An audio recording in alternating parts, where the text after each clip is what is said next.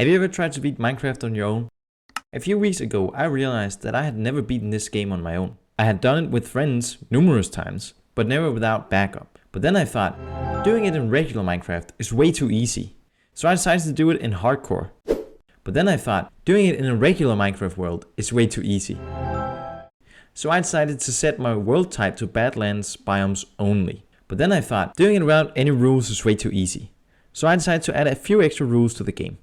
And now I was ready to hit play.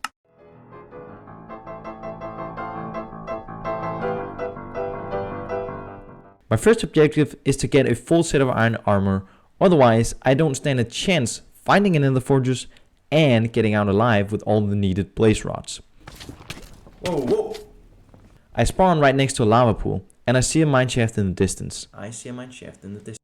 I sprinted over there and quickly got wood, but while searching the shaft, I was attacked by zombies, leaving me on 3 hearts and no food. Well, that was not worth it. This was bad. To understand why, I think it's time we go into a bit more detail on how much more challenging Minecraft becomes with my extra rule set. I don't think anyone needs an introduction to hardcore Minecraft, so with that baby stuff out of the way, time for one of the big factors. Badlands only. In the Badlands, no non-hostile mobs spawn. This means no sheep, cows, pigs, chickens, or any other food source that you can think of. In addition to this, no trees or villages spawn either. The only 2 types of generated structures that spawn are abandoned portals and mineshafts. Mineshafts being the most important of these, since it's the only place I can get wood. And now for my self-imposed rule set. No fishing for food, no hardcore grinding for better gear. We need 1 more diamond, then we could make shoes and a pickaxe and an enchantment table.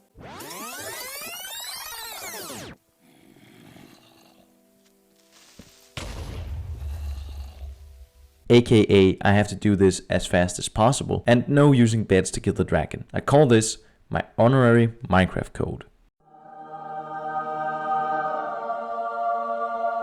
If you have watched any of my streams, you might be a bit confused, since I've fished numerous amounts of times, and to that I say, the code is more what you'd call guidelines than actual rules. Now, where were we? Oh yeah, exploring the shaft, low health, and like a 14-year-old boy looking for chests. At this point, the RNG gods answered my prayers, giving me 5 chests containing the grand total of 13 glowberries, 9 bread, a looting book, 2 golden apples, 12 pieces of iron, 3 gold, and a diamond. I make off like a bandit, and as night fell, I decided to go mob hunting. Despite my good food supply, it wouldn't last long, and I needed stability. The only solution to this: kill zombies until either a carrot or potato dropped. 28 zombies killed in the first night, and without even realizing it, I had gotten a potato. Potato? I actually have a potato. What am I doing killing more zombies then? With my food supply sorted and the sun arriving, it was time for mining and grinding that iron armor.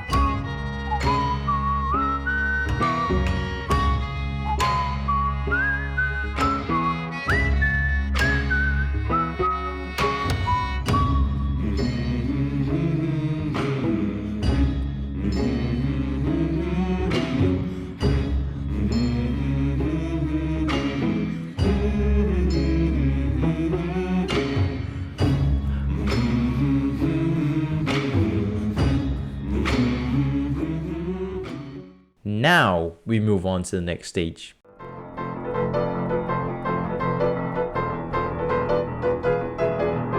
After creating a portal the way the cool kids do it, I decided to make a bunker before leaving the overworld. This way I could safely start gathering 2 very important items for my journey: ender pearls and phantom membranes. Prior to my victory attempt, I had already faced the ender dragon 2 times, both of them ending in similar ways.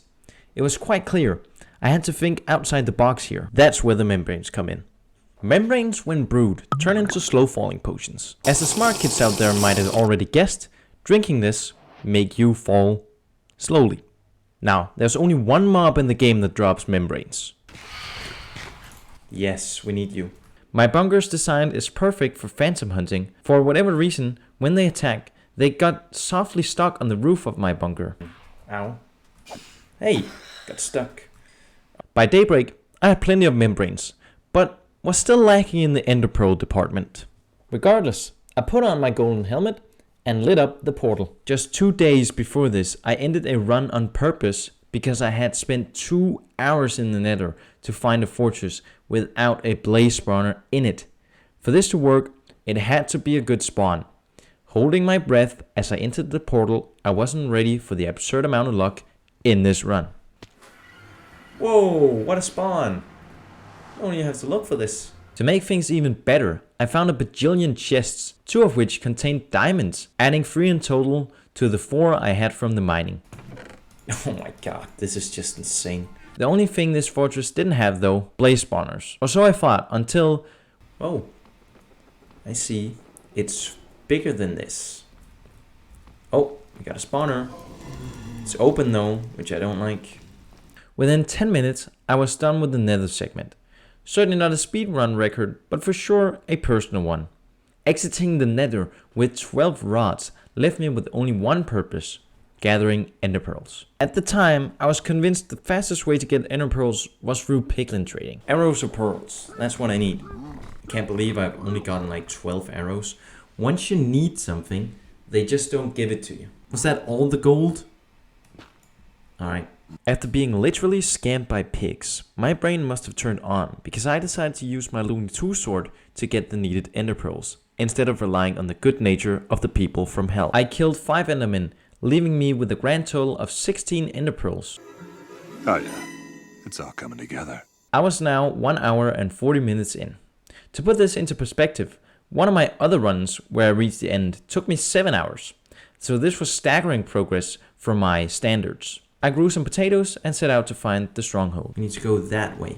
While running in the night, I decided to kill as many skeletons as possible on my way to ensure a good supply of arrows. Starfall struck down 33 skeletons and we came out of the night with a stack and a half of arrows. Enough to have a decent shot at the dragon. Okay, let's go.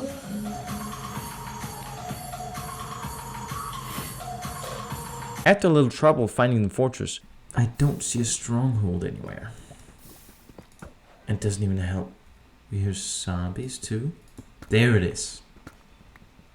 There it is, ladies and gentlemen. Whoa, we're finally here.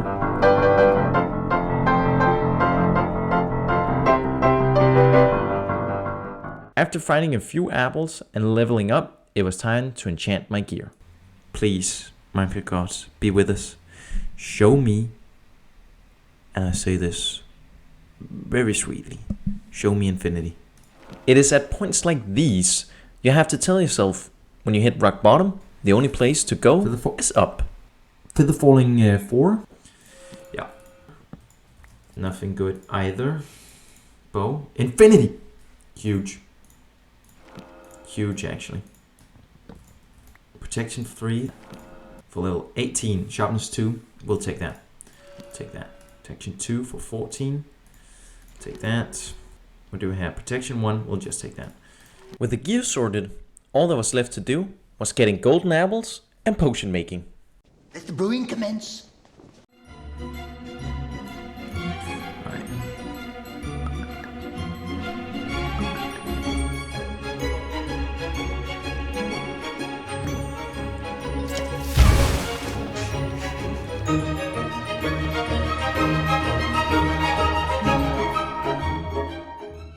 Alright, let's go.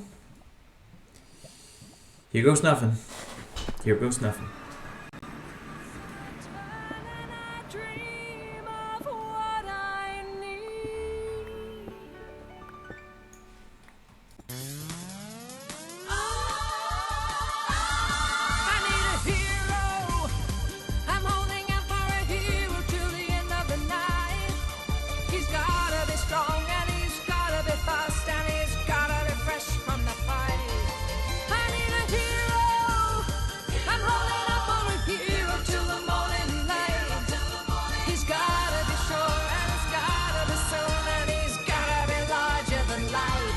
Larger than life.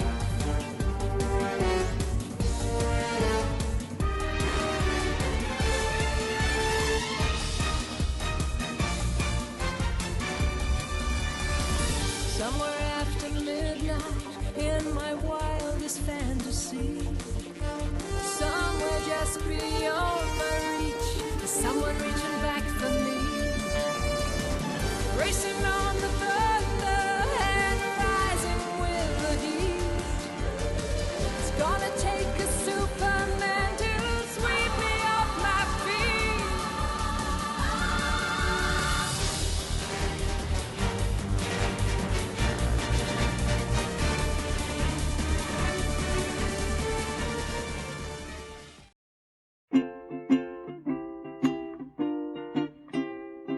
Raindrops are falling on my head, and just like the guy whose feet are too big for his bed, nothing seems to fit.